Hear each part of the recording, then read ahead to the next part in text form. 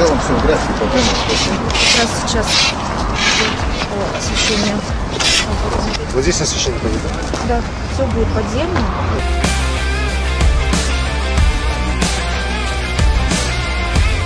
Стыковка асфальта сделана первым слоем, второй слой тоже отработаем. До 20-25 августа второй слой будет закончен. Элементы мафы, тротуарных, все в графике, как и планировалось в этом году.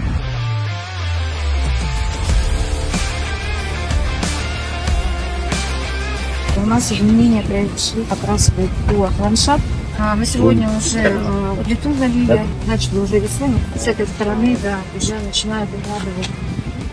И как раз вот где у нас колонна в виде СРГ, сейчас уже полностью основное действие.